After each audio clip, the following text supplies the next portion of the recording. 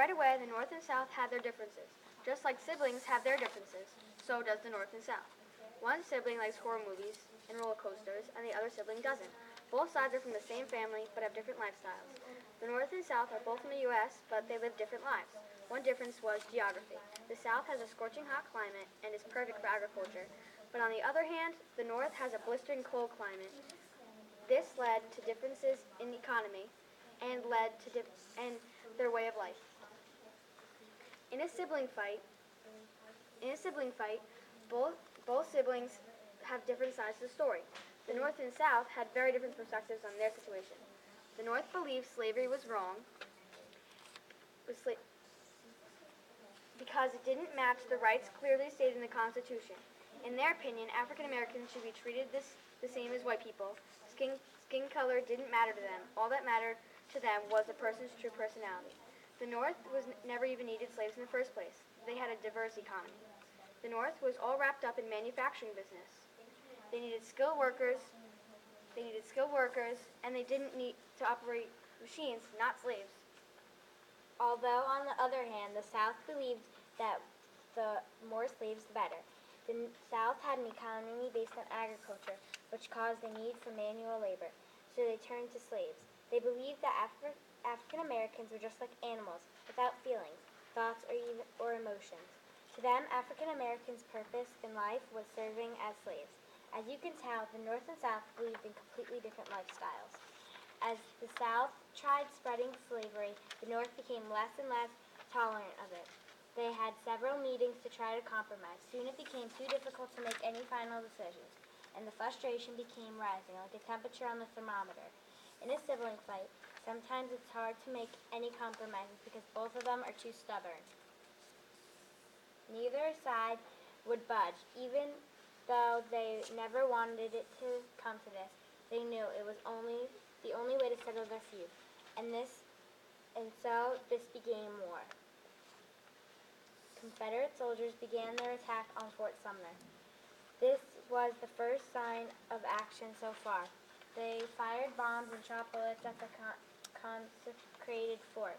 The attack of Fort Sumner started the bloodiest battle of all time. The next battle was the Battle of Bull Run. This was the first real battle in the war.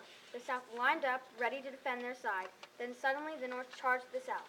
The South stood their ground, shooting and firing cannons. When fighting, they used old battle tactics. They shot in a straight line. Then after a few more battles, Abraham Lincoln wrote the Emancipation Proclamation.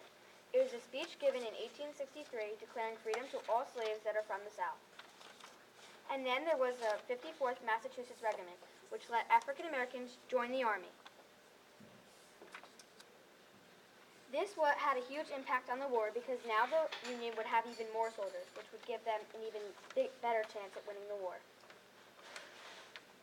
Then the battle was Chancellorsville. Both sides fighting for what they believed in on a battlefield of Spotsylvania County on April 27, 1863. As Hooker's army moved toward Fredericksburg on Orange Turnpike, they encountered in rising Confederate reports of overwhelming Confederate force. Hooker ordered his army to suspend the advance and to concentrate again on Chancellorsville. Pressed closely by Lee's advance, Hooker adopted a defense posture, thus giving Lee the advantage. On the morning of May 2nd, Lieutenant General T.J. Jackson directed his corps on a march against the Federal left flank, which was reported to be hanging in the air.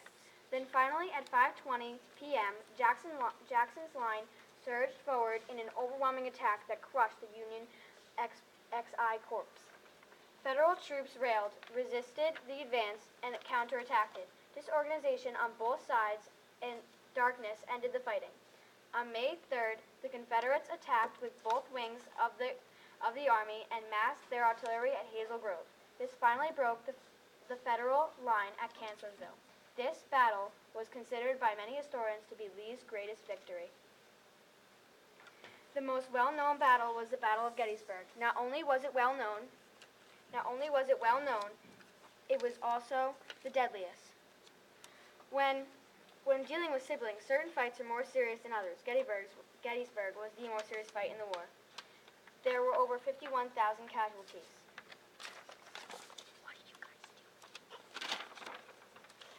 In Catona County, the Walker County, Rosecrans renewed high offense, aiming to force the Confederates out of Chattanooga.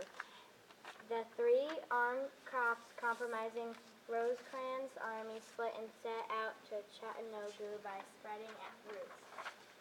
In early September, Rosecrans' Confederation's force scattered in Tennessee and Georgia and forced Bragg's army out of Crossroads. Then new technology began coming out, and the North took it to their advantage. The North discovered a communication device that would help them win the war. This device was the telegraph. In order to communicate with the telegraph, you needed to use the Morse code. The Morse code consisted of a specific number of clicks per letter.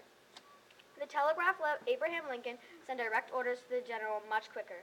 In a sibling fight, one sibling has an advantage over the other, like one is older or stronger. The North also had railroads to give them even a larger advantage over the South. This would take transportation to a whole other level. Trains could transport supplies to the battlefield in no time compared to the South.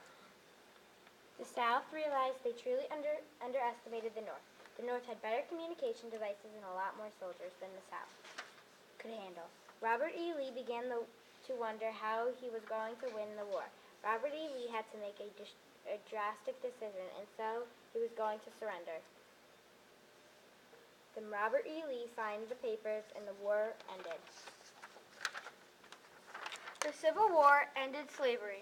It was the start of free rights for African Americans. The lives of many people were changed, including the South, because they were forced to adapt to a life without slavery. Without slaves to work the fields, more creative ways of manual labor were created. Directly or indirectly, this may have led to inventions to improve agriculture and farming. In addition, Clara Barton, as well as many others, wanted to improve the medical care of all soldiers. Many soldiers were injured and developed sickness. This war helped benefit the care of soldiers. The war also benefited technology in the North. More railroads came into place, which improved transportation and shipments of goods.